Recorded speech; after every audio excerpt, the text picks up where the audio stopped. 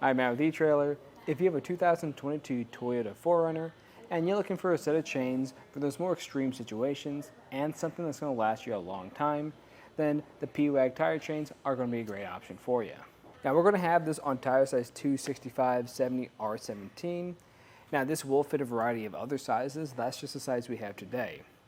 And we're going to have this on a rear axle is what the manual recommends. Now, if you're not sure if this is going to fit your vehicle, you can actually plug in your vehicle's information into our fit guide to find the right one for you. Now we can take a closer look at these links. So these are going to be made out of a nickel manganese alloy steel, so they're going to be very durable and they're going to last you a long time.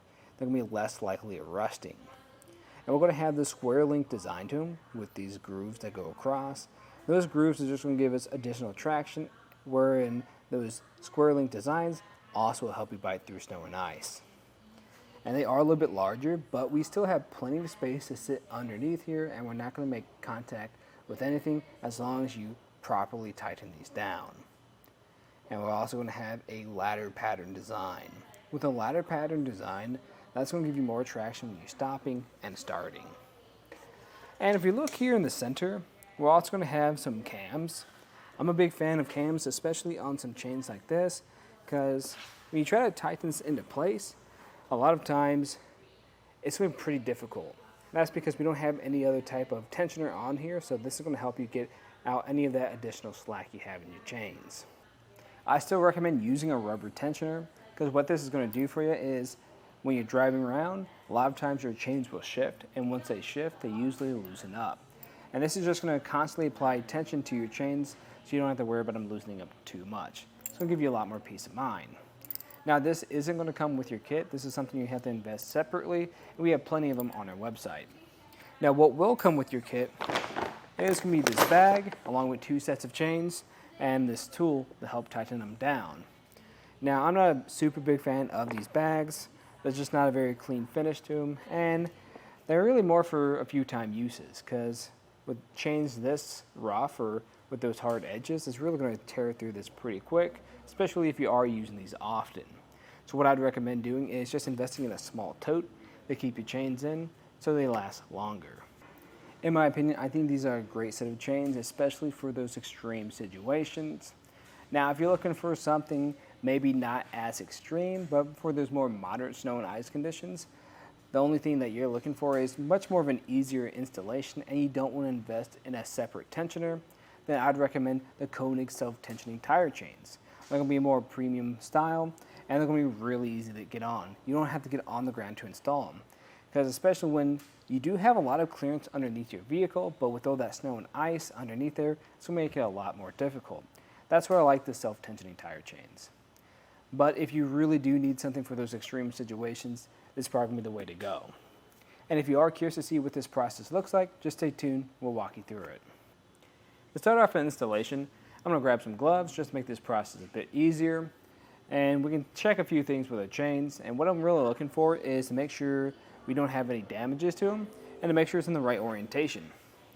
So what exactly I'm looking for is I'm just checking to make sure there's not any huge dents, the welds look good, and then I also want to make sure that this hook is facing up so it's away from our tire. We also want to make sure these cams are furthest away from our tire and closest to us. Once we've checked that, it's not a bad idea to also make sure none of them are already tightened down, like this one right here. And once that's in the loosened up position, we can put it on top of our tire. And really, I just like to grab this from the center. And if you're doing this for the first time, I recommend staying home trying this out, because you don't want to be on the side of the road in the middle of a blizzard trying to navigate this. And the trick to doing this is to make sure that we don't have this too low, where it's going to make contact with our rim. We want this more even on both ends of the side of the tire. And from this point, we're just doing that all the way across. And here at the sides, we're going to be grabbing these ends and pushing them in. So it's going to be a little bit easier for us to make our connections. And speaking of those connections, we're going to be grabbing the side that has this hook to it. And then we're going to grab the other side that has these extra links sticking out from the side. You're just going to connect these together. This might take a few attempts, mainly because you want to make sure this isn't too tight, because then it's going to give you an uneven fit. So after going back and forth a few times, you can finally snug this down. And I already got it on the front side. Again, it's that same process. And to snug it down, we're just going to be grabbing this tool. It's going to be basically this key that's going to have this flat end to it. And this flat end is going to be going into the center hole on our cam.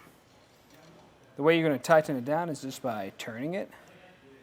You're going to feel some resistance. It'll sit kind of like this. You're just going to do that for the rest of them. There should be 2 more. And we're trying to make sure this is nice and tight. You might even get to the point where like it's already tight enough as is when you get to the second one.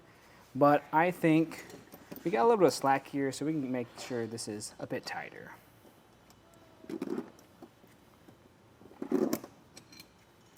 Then again, I'm just going to come back through, give it a good pull test, make sure it feels good. And yeah, right now, I'm liking the way this feels. I still recommend putting a rubber tension on for the reasons why I talked about earlier. And when you do this, I recommend doing it in a star pattern so everything is properly dispersed, so you don't have any extra loose areas. And when you do this, you want to make sure these hooks are facing away from your tire so they don't make any contact and scratch it or damage it. And usually when I do this the first time, it's going to be a little bit off, so I'll just come back through, adjust how these sit, and then we'll give it another pull test. Again, I'm probably going to scoot this over some. That looks way better. I'm just going to kind of pull on it. It still feels great.